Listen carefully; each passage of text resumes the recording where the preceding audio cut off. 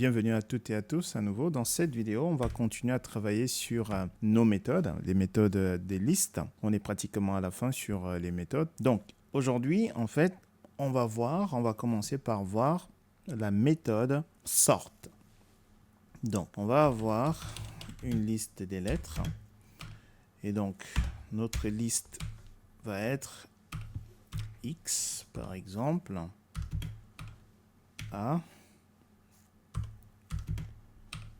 B, on va dire Z, F. Ok, voici notre liste. Donc, la première méthode que nous allons voir, on va utiliser, on va dire print lettre.sort. Ok, donc c'est la méthode sort. Donc, on va faire clear ici. Voilà, pour faire le ménage.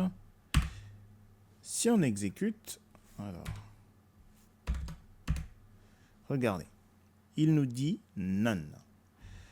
Je pense qu'on l'a déjà vu en fait à plusieurs reprises en fait. Pourquoi est-ce qu'il retourne none? Vous voyez, si je mets mon curseur ici sur notre méthode, il nous dit en fait, il retourne none. Pourquoi? Simplement parce que je vous avais dit en fait, ici, l'action qu'il va effectuer en fait sur notre liste, c'est une action en fait qui impacte cette liste-là en fait, in place directement. Par contre, regardez, ici, lorsqu'on a exécuté en fait notre script, cette ligne-là nous a renvoyé none. Par contre, si je lui dis simplement print ma liste des lettres, regardez, là, voilà. En fait, si je commente ici, ça là, cette méthode-là ne retourne rien, d'où le none. Mais cette action, en fait, il l'a effectuée en place. C'est déjà fait. Raison pour laquelle, lorsque je fais le print ici, il le fait là. Sort, comme vous le voyez, regardez, il a simplement trié par ordre alphabétique. Voilà. Donc, ça retourne none. Donc, on n'a pas besoin de ça. Et ça nous retourne bien notre liste triée. Maintenant, si vous vous souvenez, je vous avais dit qu'en fait, Python, on a des fonctions en fait internes à Python. Ce sont des mots réservés. Par exemple, on a vu qu'on avait une fonction, par exemple, length, comme ça. Cette fois-ci, on va voir, là, c'est une fonction. Sort, lorsqu'on a vu le sort précédemment, lorsqu'on dit sort, ici, ça c'est une méthode. On a notre objet lettre, notre liste, point, la méthode ici. Par contre, ce que je voulais vous dire ici, c'est qu'on a une fonction qui s'appelle sorted. Et regardez la différence. On va donner à notre fonction ici, notre liste des lettres. La différence, c'est que ici on a fait point sort, nom de la méthode, et lorsqu'on utilise la fonction, on donne à notre fonction notre liste. Ok, donc regardez. Si on commente cette ligne-là, du coup on ne trie plus notre liste des lettres et qu'on décide plutôt d'utiliser la fonction sorted. Qu'est-ce que ça va donner? Étant donné que c'est une fonction, donc on va lui donner lettre et on imprime du coup la lettre. Si on exécute, regardez. Vous avez vu? Donc, qu'est-ce qui s'est passé? Je vous ai dit qu'en fait, sorted, cette fonction-là, faisait exactement la même chose que sort. Mais lorsque on fait l'impression, c'est pas la même chose. Qu'est-ce qui s'est passé? Parce que ça et ça, c'est pas la même liste. En fait, si, je vais vous montrer ce qui s'est passé. Sorted, en fait, crée une nouvelle liste. La différence, c'est qu'avec sort ici, on a impacté cette liste-là, in place. Mais sorted crée une nouvelle liste. Du coup, regardez, si on fait comme ça, nouvelle liste, comme ça, et du coup, on affecte notre fonction ici, et si maintenant, j'ai fait plutôt l'impression de la nouvelle liste, regardez la sortie, hop, voilà, on a exactement la même chose ici. Donc, je vais répéter la différence. Lorsqu'on utilise la méthode sort, on impacte la liste originale, in place. Lorsqu'on utilise la fonction sorted, sorted nous crée en fait une nouvelle liste. Sorted n'impacte pas la liste originale. Ok, c'est ça la différence. Très bien.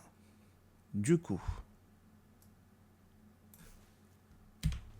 on peut voir également, on a également la méthode copy.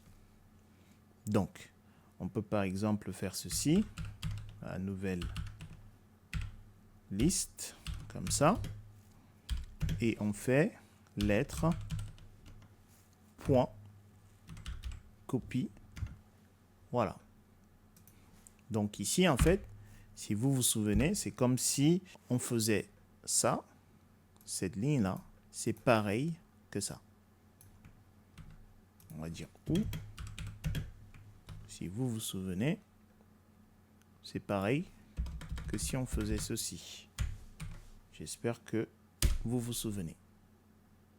Ça et ça, c'est exactement la même chose.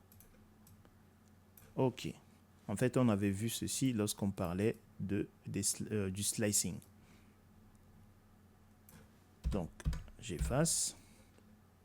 Du coup, si, par exemple, je dis ici, regardez, si on dit nouvelle liste,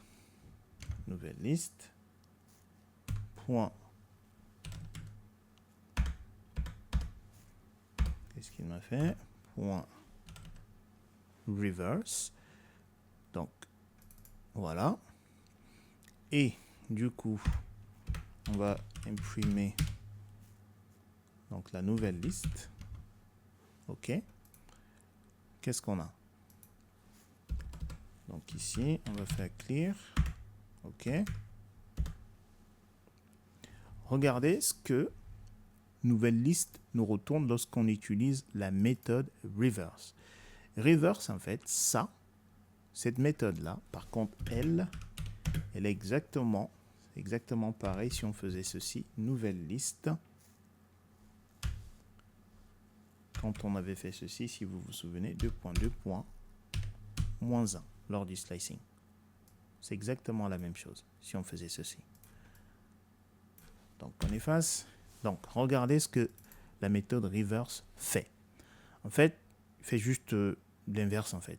Il prend F, après Z, après B, après A et après X. Voilà ce que fait la méthode reverse. Du coup, ici, étant donné qu'on a utilisé en fait notre méthode copy, si on vient modifier cette liste-là, ça n'a pas d'impact sur celle-ci.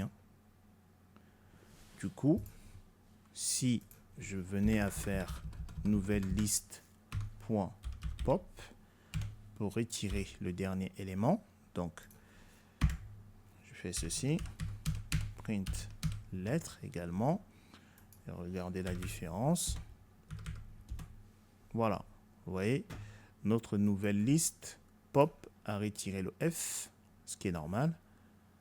Par contre, ça n'a pas affecté notre liste lettres.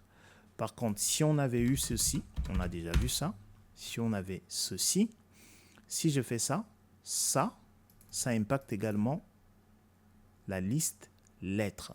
Regardez, cette fois-ci, vous voyez, là, les deux sont identiques. On a supprimé par le biais de la méthode pop F sur nouvelle liste. Par contre, ça impacte également la liste lettres. Vous voyez, c'est identique. Ok, j'espère que c'est clair. Je pense que c'est en répétant en fait que tout ça va devenir en fait comme une seconde nature. Donc voilà ce que je voulais partager avec vous dans cette vidéo. Je pense que c'était assez clair. Si tel n'est pas le cas, bah vous avez la section commentaires, vous me posez des questions et je répondrai. Portez-vous bien. Peace.